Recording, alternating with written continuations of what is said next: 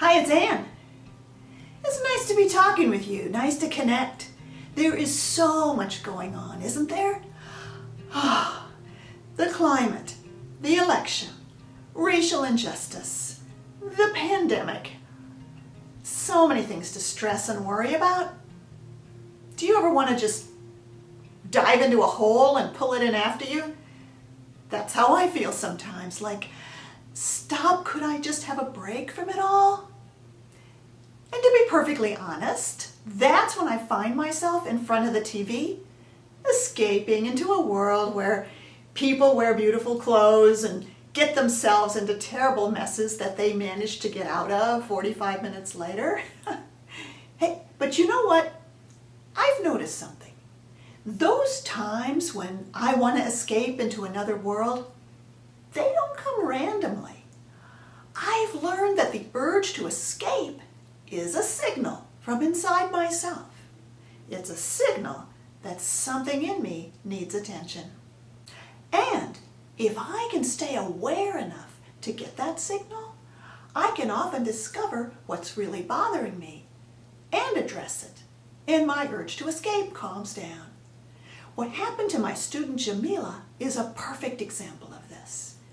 Years ago, Jamila had a habit of snacking on unhealthy food when she was overstressed. But she got a handle on it, and she hasn't been doing it for a while. And then, just the other day, it started up again. The urge to go on the hunt for food, the feeling of needing to have the comfort of a bowl of popcorn and a cup of hot chocolate. And Jamila found herself in front of the TV with the popcorn and the chocolate, and then it hit her. What's going on? Now, I really admire Jamila for that. It takes a lot of awareness to pause in the middle of an escape and ask ourselves, what's going on? And she did it. She paused. She turned off the TV. She asked herself inside, is there something that I'm wanting to escape from? And she didn't just give herself a quick answer. She waited and she sensed. And that's a powerful moment. There's so much trust right there. Trust that we can ask ourselves what's really going on. Trust that when an answer isn't there immediately, it will come when we take some time. Because what's going on for us does make sense. But the way that it makes sense isn't up here in the conscious mind, it's down here in the deeper knowing of the body. And that takes time and patience to access.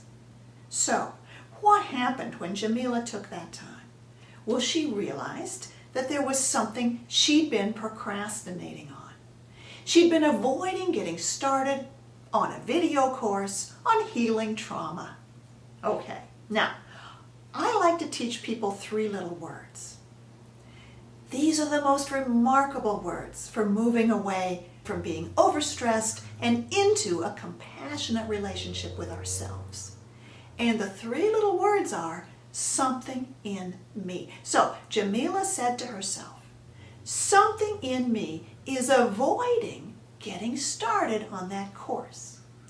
She still had her awareness inside and here, and she started to get an image of the something in her that was avoiding the course. It was like a small girl sitting on the floor against the wall, her mouth full of sweets, but not enjoying them. And Jamila sensed this little girl was feeling sad and overwhelmed.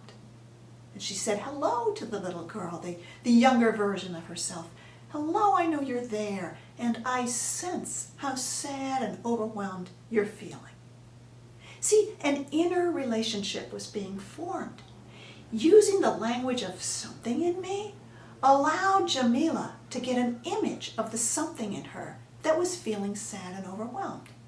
And that allowed her to bring compassion, care, and understanding to that sad and overwhelmed part of her. And you know what? The little girl heard her. Jamila felt the response in her body. The urge to escape calmed down. And she was able to start the course later that day.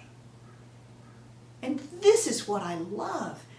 You are not really a mystery. Your urges and your behaviors make sense. When a part of you reaches for the cookies or the TV remote, it's responding to something real. It's a signal from a deeper place in yourself that's asking for some attention.